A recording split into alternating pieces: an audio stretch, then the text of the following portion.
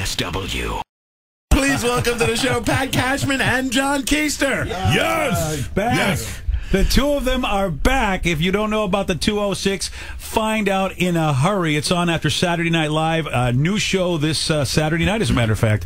And John Keister, Pat Cashman, good to have you guys in, man. BJ, I feel like I have arrived, at least me. I've always wanted to meet you and be on your show, and finally it happened. Here we are. Yeah, well, Pat, I've always wanted to meet you too, man, because when I first came to town, everybody said, look, the first thing you have to do, it was like, don't go see any sights, don't do anything, you've got to watch Almost Live. And so I got such a steady diet of it when I moved here in '99, and at that point they were in the reruns, but I was like, holy cow. And I did, and then I remember seeing John on Comedy Central, and I go, right. wait, this looks very familiar.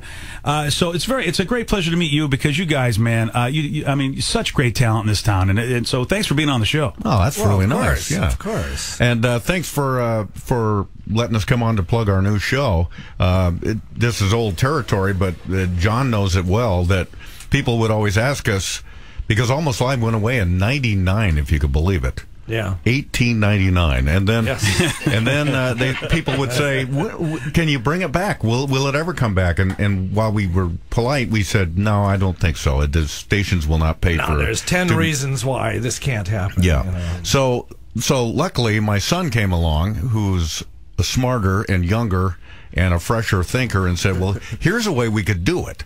Why don't we do it ourselves? We produce the show, we find funding for it, and then we present it to a station and say, here, will you run this show? And that's what happened. I wondered about that, because you guys, I mean, I'm going to be, I don't want to disparage any other commercials I've ever seen in the world of television and radio, but I really like the commercials that are on Almost Live. And so, is that because you guys are doing them and going to make them happen yourself? Is that why?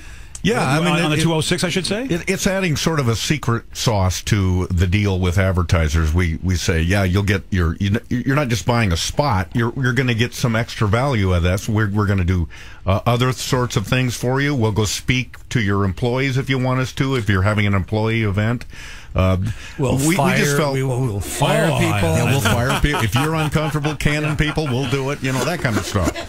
To make room for the make room for the sponsorship money. Sometimes things have to be cut. Do you mean to tell me once you guys are done with this interview, I'm going to walk into an office and you two are going to be standing there going, BJ, we just wanted to no. Just want to have a little conversation. Okay. You guys aren't a sponsor. You don't have to worry. I'll be honest though, if I could get fired, it would be great to get fired by you guys, because I know it would be entertaining. Yeah, firing is not fun. I remember my last job in radio. When I got fired, they said they left me a voicemail and said, Pat, this is the program director. We have to see you immediately after your show today. Immediately.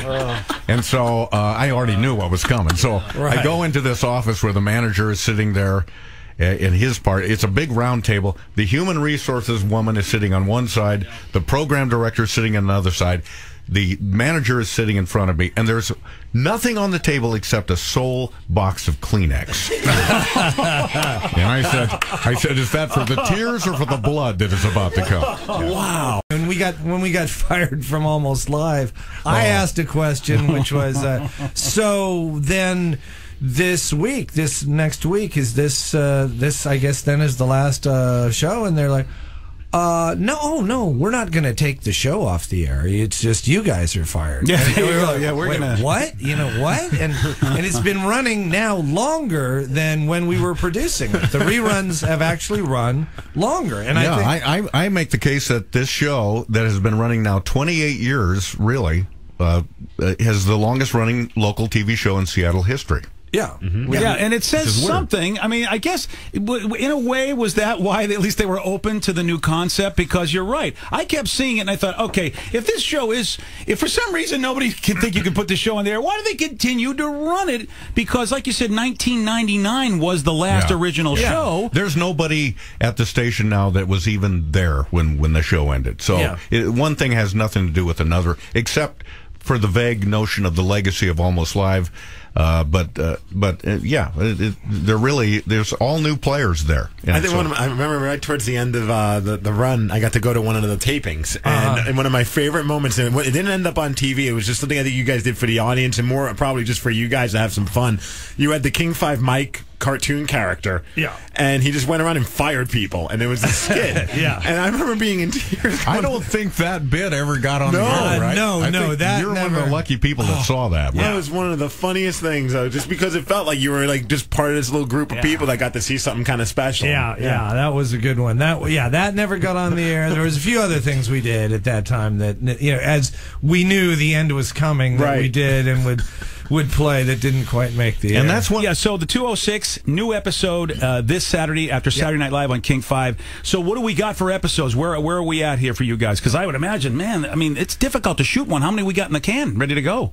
We don't have a bunch in the can because we want it to be as topical as we can. Makes so sense. we basically have a show coming this weekend, and then we'll have another show, and we just want to be very current, and so it would be a wonderful luxury to put 10 in the can, but we... Oh, so you're not going to do it because I want to. And that's where they belong. I thought you guys, coming on the show would just, let the program be dictated by what I like, because I want you guys on every week. They'll be on every week. They're going to be on every week, but like it's like we had to rewrite jokes like this. A few days ago when we were taping, I had a joke about how there wasn't going to be any fireworks, and I had this whole thing about they've canceled fireworks, and then right before we start taping, hey, they found sponsors for the fire. Oh, great, great. That is a very good point. How inconvenient. Great. At least they could consult you. Wait another week or two. Man, you're messing my joke up. Who cares about the misery of all the Seattleites on July 4th? Heck? I'm doing work here. Come on. The BJ Shea Morning Experience on 99.9 KISW.